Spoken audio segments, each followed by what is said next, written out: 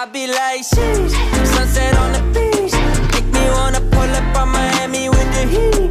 I don't know about you, but I know about me.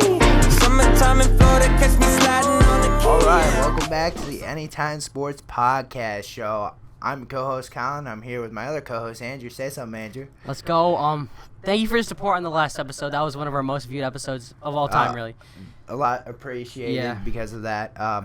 But it's Super Bowl time, baby. But first, we were going to cover over the Pro Bowl action that happened this Sunday. And, gosh, that was the absolute worst game I've ever seen, Andrew. Yeah, we all know the past, what happened. We've all seen that clip in, 2007, Sean Taylor obliterating the quarterback when he's going down the It's a great clip. Yeah, but nowadays, I don't know. They're two-hand touch, half speed. I think at that point we saw this one thing, which is basically what we're going to do, how to fix the Pro Bowl. We saw this one clip. It was we saw this one concept. It was you get the two worst teams, so the Lions and Jags, and then you face them together. I saw it off of Instagram. Yeah. I think the way to make it better, it should be the two worst teams in the NFL play each other for the first overall pick. Winner of that game gets the first overall pick. I don't think that'll ever happen, but it would be pretty dang cool to see. And I'd love to see it. But the score of the Pro Bowl game was the AFC winning it 41-35 in a joke two-hand touch football segment. Yeah. Don't get me wrong. I do enjoy the skills competitions, like the throwing one. I didn't. This year's skills competitions completely stunk. I mean, they were bad. Yeah.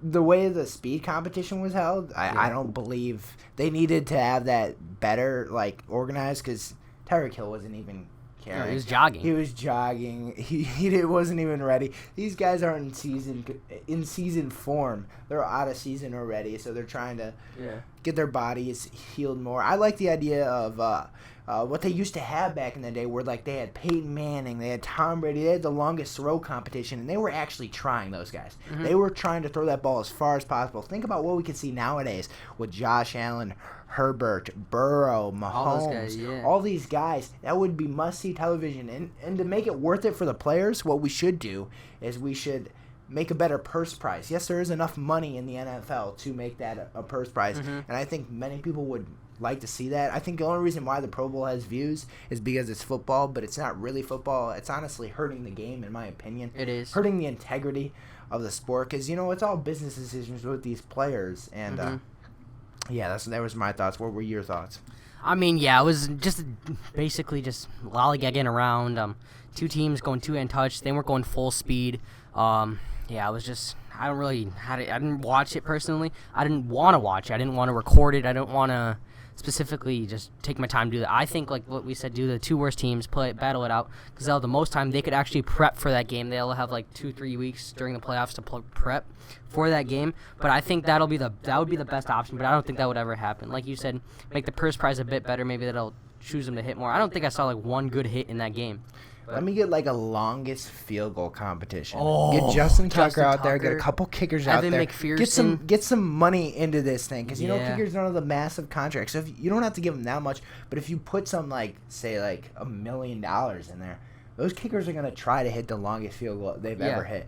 And I think that's good TV. Even though if you miss it, you can make kind of a little skills competition out of that. I just think the way the current Pro Bowl is now, it needs to be changed, because it was absolutely ridiculous last night. And possibly they also added it now, with the target accuracy that Hunter Renfrow and Justin Jefferson throwing it. Maybe they have a switch skills competition, they have punters play quarterbacks or something in some sort of but way. It was painful to watch. I was watching some of the highlights after. I didn't go into the skills competitions. I didn't really watch many of them. I watched kind of highlights of it because I was busy that day.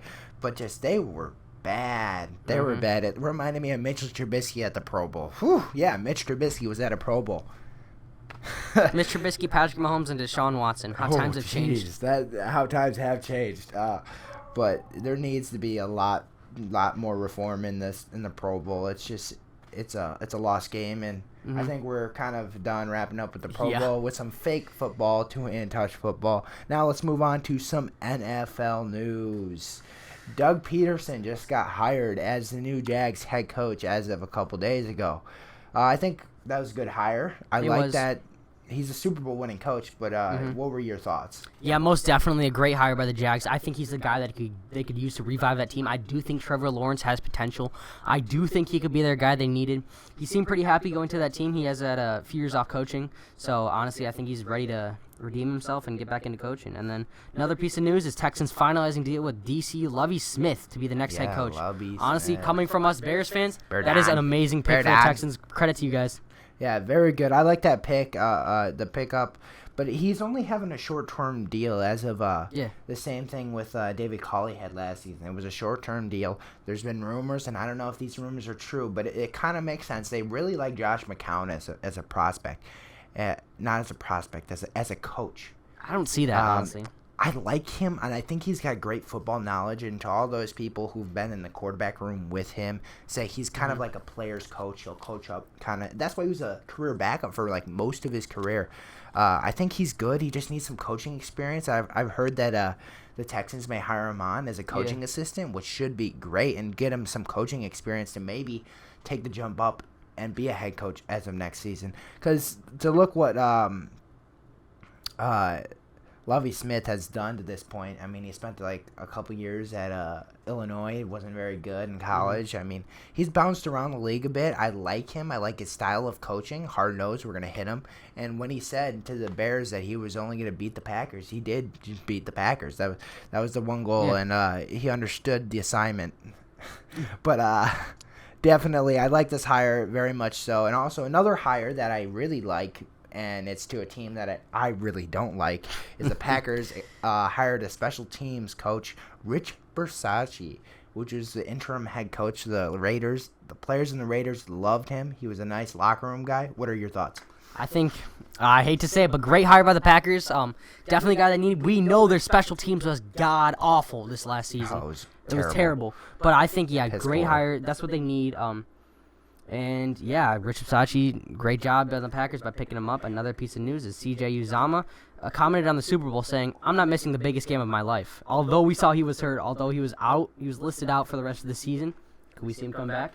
He's almost I don't know if we can see him come back, but also to add on the Rich Bisaccia thing, I think they brought him into the building because he's just a good guy to have around. He's a good football knowledge, and that jersey's almost about to fall. I don't know which one it is, but if one falls, it's not my fault. Actually, I did hang up some of those, so maybe my fault. But so I think it's a good hire for them. Special teams was definitely a downfall to their team, really. I mean, that black punt at the end of the playoffs could be like them going to the Super Bowl or going to the next round, something like that. And the jersey just fell, and that was a Khalil Mack, and it's all right. But that was... that was just a great... And we did mess up on the Jags. We said Byron Leftwich last week that he was hired. Actually, Doug Peterson was. I like that hire. Offensive mind. He's got a Super Bowl win, and he just kind of got pushed out of. Just leave it down. Just leave it down, Andrew. It's not worth the pain. Leave it down. Oh my gosh. But that was kind of the NFL news, and also some more NFL news. Actually, is Alvin Kamara is out. Well, he just got arrested after the Pro Bowl game for battery. Sad situation. We'll see how the police report comes out. I haven't gotten a chance to look at the police report yet, as it just happened yesterday. But I'm hearing that his guys, a couple of his buddies, they were in an elevator, and another guy tried to get on, and they tried to say get off the elevator, and things transpired, and he's hurt, and Alvin Kamara got to play the game though. And then after the game, he got arrested. So that was a very, very interesting. What do you think about the Alvin Kamara situation? I mean, very disappointing situation. I think Alvin Kamara definitely is a really young guy. He's got potential. I really want to see him be back to normal by next season. I mean, he's going to have some charges. I don't think he's going to be arrested for a long time. But another thing that I saw in here that I want to touch on is, would you think if Matthew Stafford wins the Super Bowl as the Rams quarterback, is he a Hall of Famer? Yes, I think he's a Hall of Famer. I think as of right now, look at his stats. Mm-hmm. He's had a very good career, even though he's been in Detroit for most of it. I think his stats alone and say that he should be, but would he? If he wins a Super Bowl, I definitely say yes. If he doesn't, it's kind of just, who knows? I think Matthew Stafford, if he wins this game, and I believe he will actually win the game, kind of a spoiler alert, but I think you have to put him in that Super Bowl, not Super Bowl, Hall of Fame category. Wow, I can't speak. What do you think? Yeah, I do think most definitely right now that what he's done with Megatron and Cooper Kupp up to this point, he's got them both on the top 1 and 2 for receiving records in the entire NFL. I think, yes, he deserves to be in Hall of Fame. As of if the season were to end right now and his career were to end right now, he'd be a Hall of Famer. And Tom Brady also made a comment, if not for the truck rule, I'm probably Drew Bledsoe's backup. Rule. The tuck rule. I'm probably Drew Bledsoe's backup. Which That's is interesting to say. That tuck rule in that 2002 game really helped catapult his career. That led him to a Super Bowl there, and he was still very young when the tuck game did actually happen, and it's kind of funny. All right, I'm ready to move on from some NFL news into Super Bowl in depth. We're gonna give our opinions, we're gonna give our thoughts and our predictions in depth of what we think is gonna happen in the Super Bowl. You can go first, Andrew. I'll let you have your picks, and then you give your reasonings. All right, my Super Bowl in-depth, I think it's going to go one of two ways. I always say this, but I think it's going to be a back-and-forth game. Matthew Stafford and Joey B are going to be battling it out. It all depends if the Rams can stop Jamar Chase. That's what I'm saying. The Bengals have got to stop Cooper Kupp and OBJ, too. If they can't clamp them up, they got two very great receivers, possibly three if we got to include Van Jefferson. But I think clamp them up. Defense is really going to be a defensive game. We know Rams got the better defense in this situation, although we've seen the Bengals' defense perform in the past. They've made it pretty far. As a really young team, I could see them shining out. They've been practicing in the cold, even though they're going to play in a warm place, so we never know. You think the secondary can hold up of the Rams, like hold and keep Jamar Chase from getting the ball at all during this game? Because I could see it going one of two ways. They can just stick Ramsey on him and say that, hey, we're just going to stick Ramsey on him, and that's going to be it. That's going to be the one-on-one matchup. We're going to leave him one-on-one with Ramsey and try our best, or do you think they kind of double-team him, jam him at the line, make sure he can't get the ball with open space? I think you got your best guy in the league for coverage. Even though Jalen Ramsey got burned last week, I think you keep Jalen Ramsey one-on-one with Jamar Chase, an experienced DB and a rookie route runner, but he's been great all season. It'd be gonna be a great matchup. Jamar Chase against Jalen Ramsey, really a matchup of the game. If they could get Jamar Chase open, Bengals are going to win the game. As simple as that. If Ramsey can lock up Jamar Chase, Rams are going to win the game. Jamar Chase is a big part of the Bengals offense. Hopefully he shows up Sunday, but it's also on Joe Burrow's back. I think during this playoffs, it's been all Joe Burrow and how can he perform, and he's risen up to the occasion. Can he rise up to the occasion again? I think he's cool, calm, and collected. I think he's very mature for his age and very mature for star quarterbacks. I think he's more mature than Patrick Mahomes, and I think he's more mature than I don't know about Josh Allen. I don't know. Maybe he is, maybe he isn't. I think he's just very mature, and for the position, this team is not used to being in the playoffs, not used to be playing in a Super Bowl, but yet they feel like they can play in this game. And as long as they linger around, they have a chance to win this game. I definitely feel like they do. But I don't know. Where's NFL games normally won, Andrew? NFL games are won in the backfield and in defense. Specifically, the Rams have an amazing front seven. They got Aaron Donald. They got Von Miller. You touched on it right there. Yeah. It's in the trenches. It's getting up, getting in your face. In the trenches. That's how you're going to win the game. You're going to win the game with the best blocking and with the best pass rush. And who has that? The Rams. The Rams have the best defensive line in the league. Hands down, the best defensive line in the league.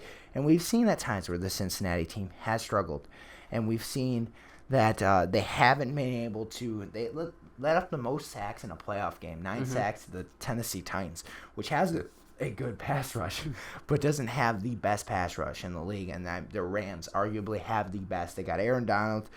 They got a lot of dudes on the line. They got Leonard Floyd. They got Von Miller. There's tons of other guys that we don't know the names of, but just are great guys to have on your defensive line. And trust me, Aaron Donald itself in this big game, he's not going to let it slip away like it was last time.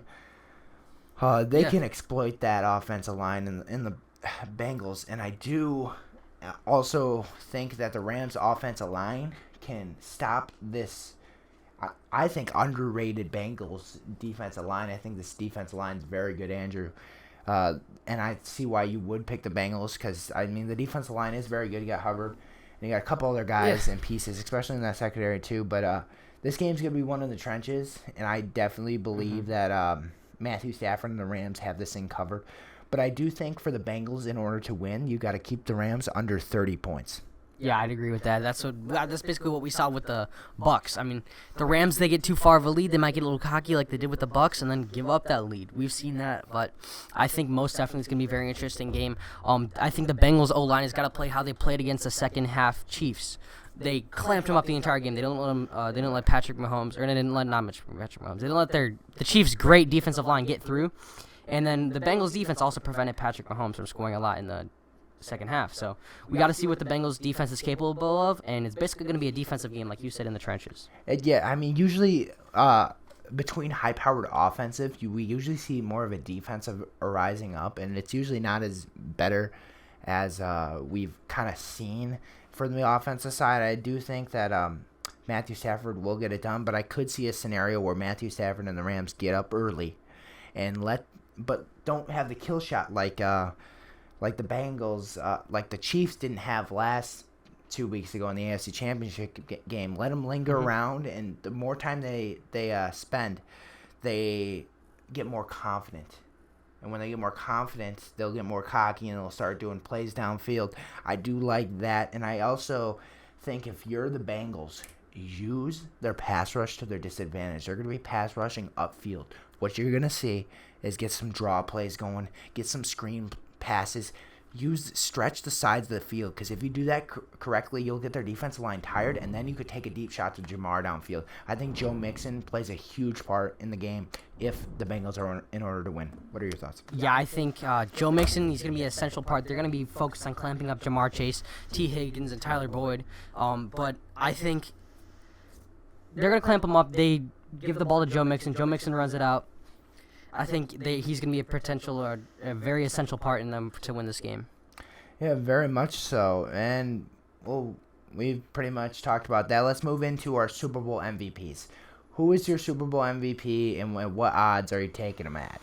We have a whole list of odds here, but I think it all depends who wins the game. Obviously, quarterbacks have been known to win the MVP awards. It really depends who balls out. If maybe I could see Cooper Kupp, Jamar Chase, whoever wins, they ball out. Cooper Kupp plays one of his phenomenal games like he has all season. I could see him. I kind of like a sleeper pick. I kind of like Joe Mixon in this one.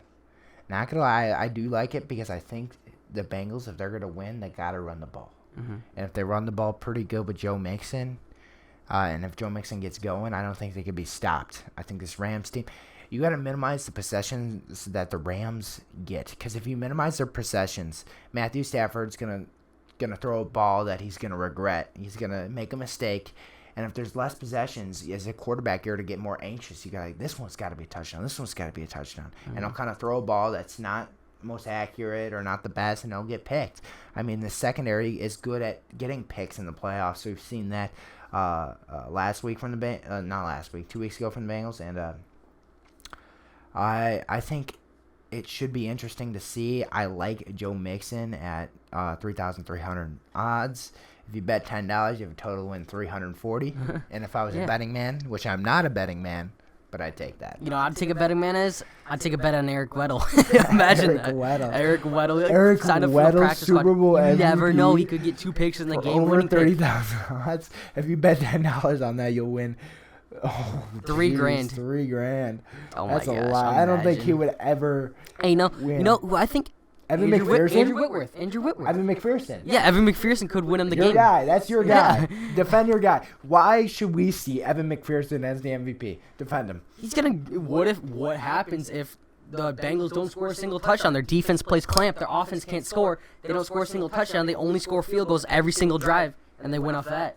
Matthew Stafford, Joey B still can't get MVP. Evan McPherson scored all the points. I mean, Joey B still could if he's played an amazing game, but if he throws picks, Evan McPherson winning them the game. Evan McPherson, Only scenario. I guess you could say that. I mean, he's perfect during the postseason. Can he be perfect in the Super Bowl in the biggest moments? He's cool, calm, and collective, and he's got some kick to him. So I definitely think that he could be a Super Bowl MVP, which would be hilarious. I think. Yeah. Has that ever happened? Has a kicker ever been a Super Bowl MVP? I think so. Yeah, you search that up, and also the other odds. The highest odds are Matthew Stafford, Joe Burrow, Cooper Kupp, Aaron Donald, and OBJ for the Super Bowl MVPs. I don't see Aaron Donald. I mean, he's a defender, but if he gets a bunch of sacks, I could see it. He could have a great game. I just think he can have a great game. A fullback was a Super Bowl MVP. What? Dang, that's insane. Yeah. Okay, defensive lineman. I'm not seeing any kickers right now. It should be Evan McPherson could make history. and make history, you man. See that? That'd be great. That'd be a great. If Evan McPherson wins this, I would literally do a backflip for the first time. Mark my words. That was a stupid bet. If I break my back, I break my back for Evan McPherson, and I'm totally content with that. All right, mark your word. If Eric Weddle wins, I'll drop $500 and get a life-size Bears helmet for our set. That's just something you want. That's not something. No. If he wins, you have to get an Eric Weddle jersey, and you're going to try to get him to sign it. All right, yeah, I got to get an Eric Weddle jersey. I won't get him to sign it. I don't know how I'll do that. He's going to be in retirement after this game, but I'll get an Eric Weddle jersey. And how dare you pick the Bengals when you're wearing a Von Miller jersey? I know, I was just going to say that. We didn't make our official picks yet. We didn't make our official picks yet. I thought we did. You got Rams, I got Bengals. I don't know. I just felt like wearing Von for this episode, getting flashy, but my Bengals jersey all the way on the side. But yeah, I just felt like being flashy this episode, but I'm picking the Bengals. Yeah, he was picking the Bengals, and I'm picking the Rams for my... How dare you pick the Rams when you got a Dolphins jersey on? Well, I wasn't going to wear my Joe Burrow jersey back there because I'm not picking the Bengals. My heart wants the Bengals to win, but my mind's saying that the Rams are going to win. My heart wants the Bengals to win, and my mind wants the Rams to win. No, I literally saw what you just said. My heart wants the Bengals to win, and my mind wants the Bengals to win. There we go. Andrew lost his marbles here on the Anytime Sports Podcast. Also, if you not have already, follow us on TikTok and Instagram. It's a link of our channels are going to be up in the description below. Yeah, I mean, we got a really short episode this week. You got anything else you want to cover? Not really much. Very short episode because there's not that much content out, and we're going to have some more content after the Super Bowl. Yeah, and we should have another video post out too. So once we get to the off-season, we'll have a lot more content. We'll go over concepts. We'll have some fun activities. All that good stuff, and then let us know if you got any feedback. You want to change your setup a bit. You want us to add more memorabilia on the front. If you think any things wrong with the video, I know last episode our mics were messed up. The brightness was messed up. We tried to fix it this episode. This camera over here went out, so we got to get stuff fixed. But I think we're doing better this episode. You guys let us know in the comments. All right, see you guys later. Peace. Yeah, let's reload. I be like, sheesh, sunset on the